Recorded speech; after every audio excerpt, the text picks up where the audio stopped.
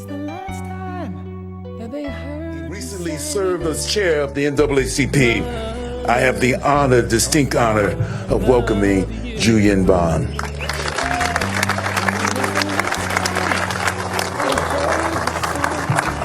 Thank you. Thank you a great deal. Thank you. Thank you for this kind welcome. It's fitting that we should have come to this place. Dr. King believed that peace and the civil rights movement are tied inextricably together, that the people who are working for civil rights are working for peace, and that the people working for peace are working for civil rights and justice. Hi, my name is Kwesi Abwa. I'm an 11-year resident of Peekskill. And of the 5 game changers, I believe that education is the most important one. I believe that without education, we can't further our common goals. The Brown v. Board of Education decision put life into our laws. We had laws before Brown that said all men are created equal, but nobody believed it, nobody practiced it, and Brown said it's true and you've got to do it. And the fact that we've not done it successfully isn't a measure of our failure, it's a measure of the challenge that we have. To educate our youth, we have the school teachers, many of whom are really interested in the students. We have a lot of the administration in the schools that are really interested in the students. And so we can really garner the support as long as we make that effort to get it. The Brown v. Board decision tells us this means you too. You're included here. So in that sense, it has enormous importance. The country had, through the Supreme Court, had put the stamp of equality on African Americans. And we didn't realize how long it would take to make that promise come true, but the promise was enormously powerful and enormously ennobling, I think, and empowering. Okay, I think that justice is important because there is too much that's going on in this world today, and I think that there needs to be a change. I was an active participant in the Atlanta sit-in movement, and I'm fortunate enough to have been born in 1940.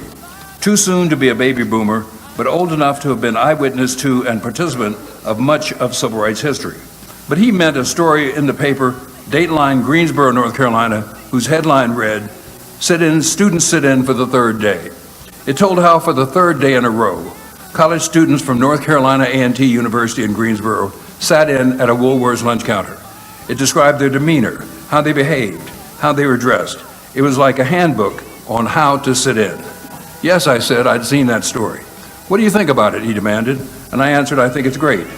He asked then, don't you think we ought to make it happen here where we are, in Atlanta? And before I could say, what do you mean we? He said, you take this side of the cafe and I take the other, and we'll call a meeting. Out of the 5 game changes, I think health is number one. I guess it is to some people, but you have to remember when Social Security was first proposed, people said this is creeping socialism. We'll be a communist country in 2 years. Now, of course, Social Security is an accepted part of the American economy, an accepted part of the American way of life. In fact, if it weren't for the Social Security system, Florida wouldn't have any population. They wouldn't have all these very fine retirees who live in this section of the United States.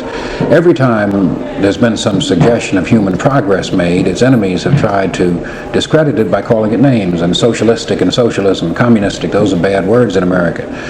But there's nothing wrong with providing free health care to everyone. It's done in Canada, it's done in Great Britain, it's done in other industrial democracies like ours. In fact, we're one of the few that doesn't have an effective system of national health care. So if anything, we're anachronistic, we're behind the times. It's about time we began to catch up. Economic development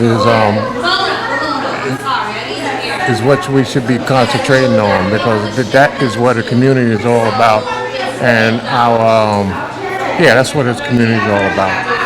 Thank you for that kind introduction. Thank you for that warm welcome. It's a great pleasure for us to be here, and we've made a couple of visits to Utah before, but it's always a pleasure to be here, and a pleasure to know that in the audience is Jeanette Williams, president of the Salt Lake City branch of the NAACP, and I imagine some of you have had your NAACP memberships lapse, and if that's the case, Ms. Williams will be glad to sign you up again and make sure you're a member of the country's oldest, largest, best civil rights organization, and we'll be glad to sign you up.